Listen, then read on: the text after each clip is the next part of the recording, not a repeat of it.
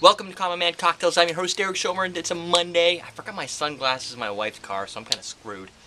Um, anyway, what I wanted to do today is no cocktails. I've got my Coke Zero. It's my drink of the day.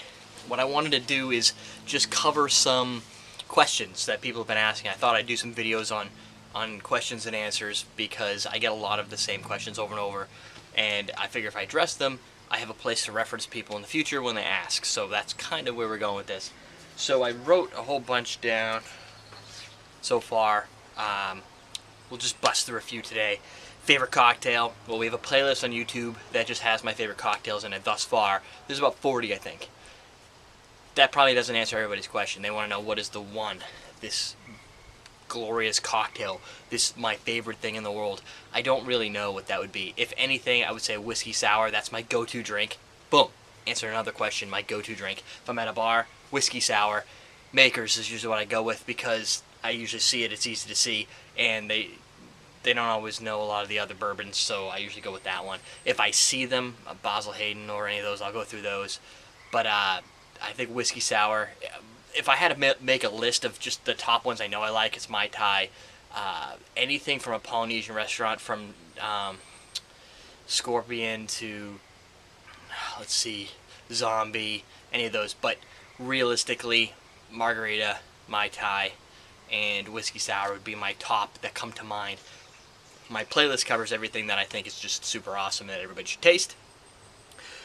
Do you have a cocktail using insert something here? This is either a message, an email, or a comment on any of the videos. For instance, do you have a recipe that uses bourbon? Yes. We have 900 something recipes. I cannot tell you a recipe that uses creme de banana off the top of my head.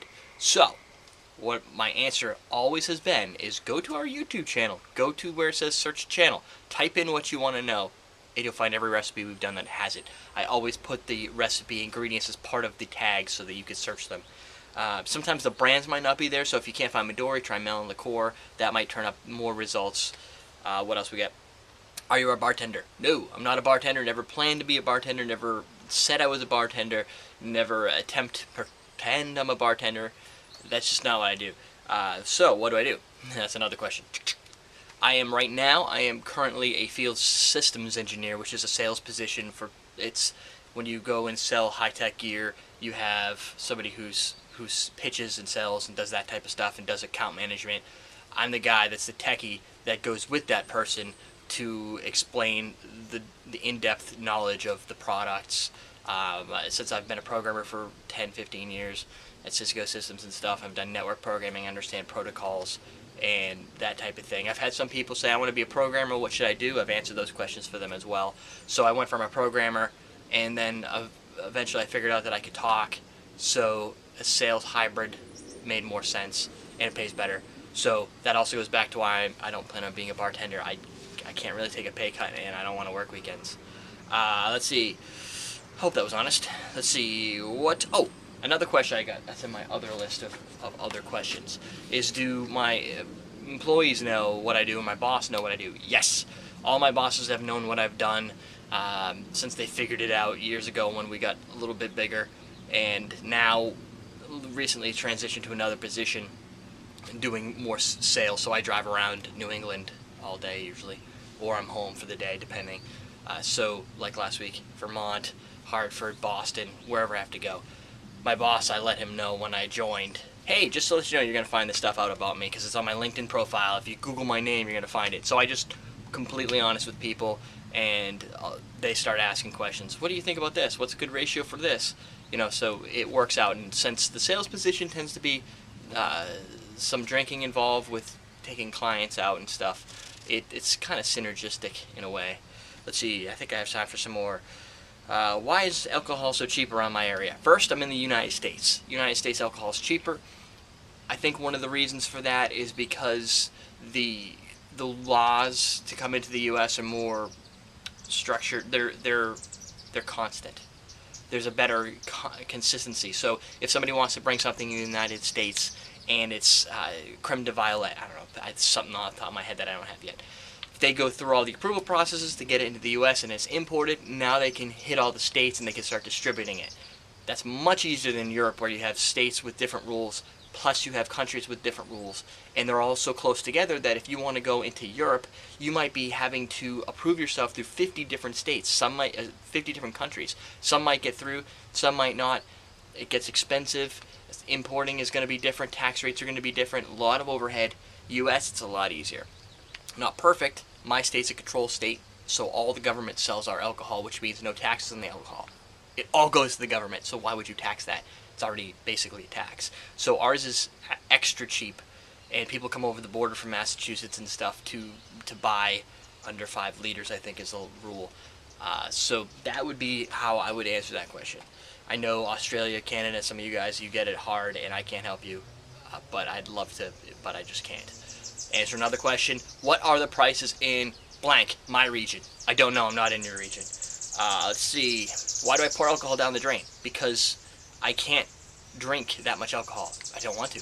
If I make 5 cocktails, which I'm going to be recording in a little bit, 5 cocktails in a row, it's the middle of the day. I can't make 5 cocktails and go wrecked the whole day. That's just doesn't make any sense. I have a family with kids. I can't afford to do that, nor do I really want to. There's really nothing good about a hangover.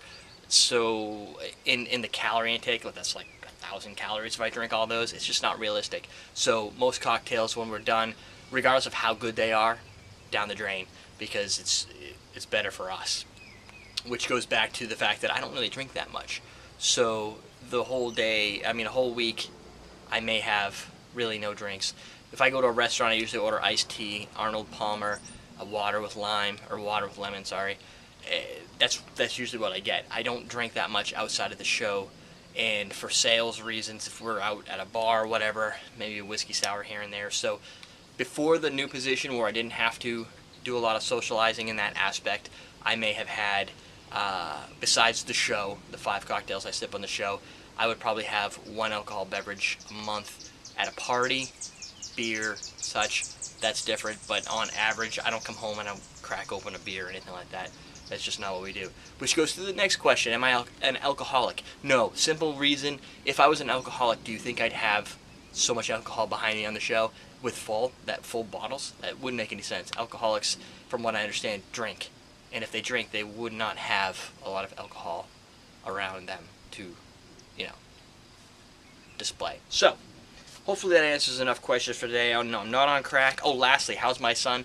For those that are new to the show, my son was diagnosed with leukemia in 2010, so he's been getting through the chemo and all that stuff. And it's been rough, it's been easy, it depends on the week. Right now we're in an easy mode where things are going pretty well. We got off some meds which react to the sun and give him red skin that peels really easy, so he's off of that medication. He gets mouth sore sometimes, but we've kind of got rid of those for now. You never know when you're on chemo what the next weird surprise will be. But it's a 2-year treatment, and the survivability rate is super high, especially in children, mainly in children. So it's actually better to have been diagnosed younger than when you're an adult, because then you're in the 50-50 range, and that's not so cool.